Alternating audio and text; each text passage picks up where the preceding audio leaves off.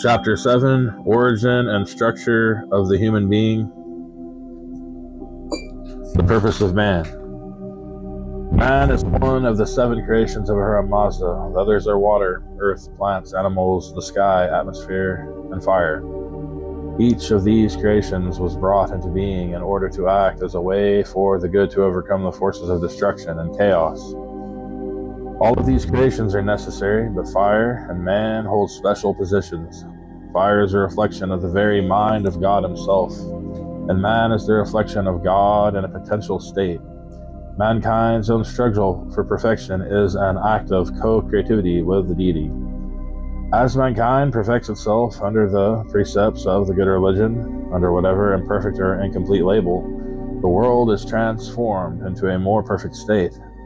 This is the meaning and purpose of man, to act as a warrior for the wise Lord in the battle against the forces of destruction and disorder. The human being is not a simple creation. Humans are complex, various parts, all of which are to work in good order and harmony in order to reach their full potential of power. In other words, like the other traditional Indo-European views on the composition of human beings, that of ancient Iran was polypsychic, i.e., there were a number of bodies or souls which went together to make up the entire living human being. This archaic pattern has been more or less held intact by present-day Muslims. The model of the living, healthy, and whole person is that person who has all of these parts, and in one, these parts work together harmoniously and vigorously. Death is characterized by a shattering of the parts of the whole. As a part of the world's final stage of development, the FraterSaoshyant, making wonderful, the shattered parts of the whole will be reunited. The one you originally were and the one who is your ultimate potential, finally realized, will be made manifest. As the wise Lord created the material universe as a reflection of the heavenly one, there will be no duality in the end. The material and spiritual will become parts of one manifest whole. This is the origin of the idea of the resurrection of the dead. Many people find the idea of the resurrection of the dead, adopted by Judaism and accepted by Christian orthodoxy, as well an absurd notion, and prefer to believe in an entirely spiritual and corporeal heaven. The idea of a purely spiritual, non-physical heavenly realm as a destination of good souls is a purely pagan idea. Zoroastria's philosophical stance on this followed the logic of Ahura Mazda's physical creation being a manifestation of goodness, and as a battlefield for the waging of war against the forces of Ahriman. Logically, if this world is good and was created by good for the good, it should in the end be perfected, and all of the good entities that live in it, or which have ever lived in it, should be remanifested in physical and perfected forms at the conclusion of the process in which the truth triumphs over the lie. A fundamental question posed by all religions and usually answered by them. What is humanity and what is its purpose? The Judeo-Christian tradition concludes that man is to love and praise God. The Jews and Muslims emphasize man's obedience to God's laws, while Christians emphasize man's acceptance of Christ and individual forgiveness of sins. All men are born sinners as a result of the disobedience of Adam and Eve. However, the good religion has a quite different answer to the fundamental questions at hand.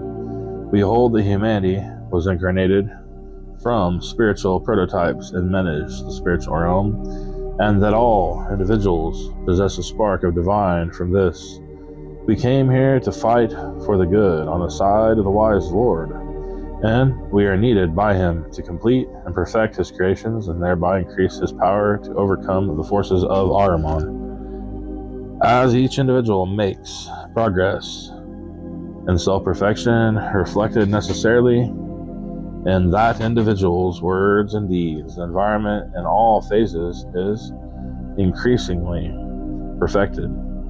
This is how man aids the wise Lord, and how the battle against the forces of death, disease, and destruction is carried forward. Development is desired and promoted. This is why new developments in the tradition, such as the manifestation of the Occidental Temple of the Wise Lord, are perfectly in keeping with the original Zoroastrian vision. Ancient Iranian mythology tells of the creation of the Geir Maratan, the first mortal. This is the cosmic man and a reflection of the image of her Mazda. Ahriman causes this entity's death, but not before its seed was thoroughly purified by the motion of the light of the sun. It was divided into 3 parts, 2 of which are guarded by the wise Lord's messenger to mankind. Nirel Song, the 3rd part, went into the earth, and after 40 years a plant grew, and from this plant emerged Mashiao and Mashianog, the first mortal man and woman. Light came down from the wise Lord and entered their souls. Breath went into them, and the wise Lord spoke to them. You are the seed of man. You are the parents of the world. You have been given by me the best perfect devotion. Think good thoughts. Speak good words. Do good deeds. And do not worship the Devas. Their first thought was to please each other.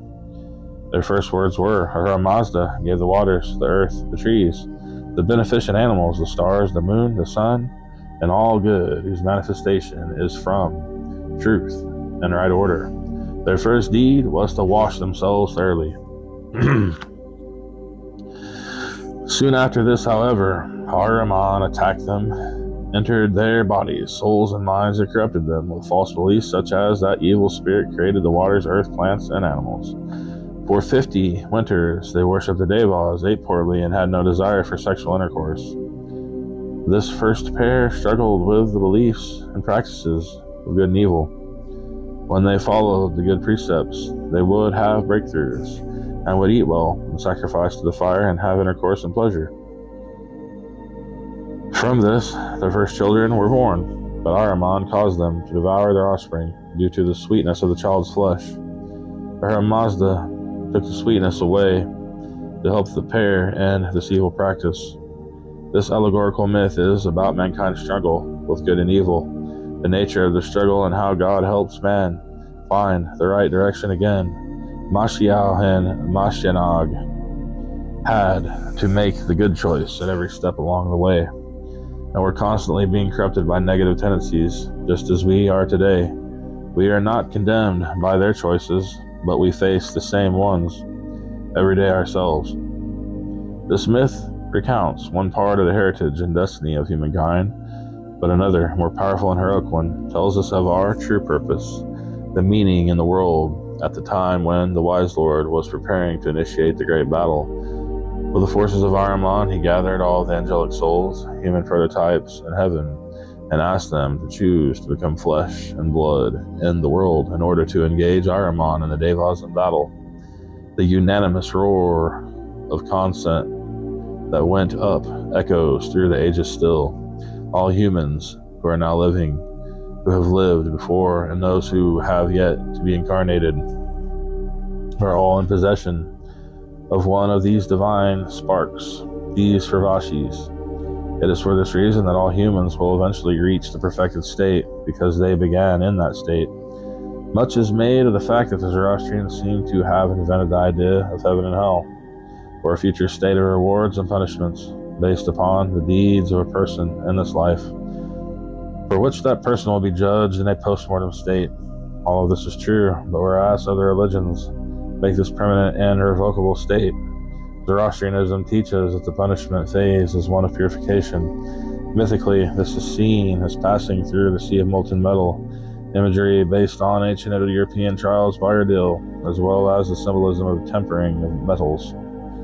Humans forget their real origins, natures, and purposes due to traumas to the soul and the Davic lies, but each one will awaken at some point.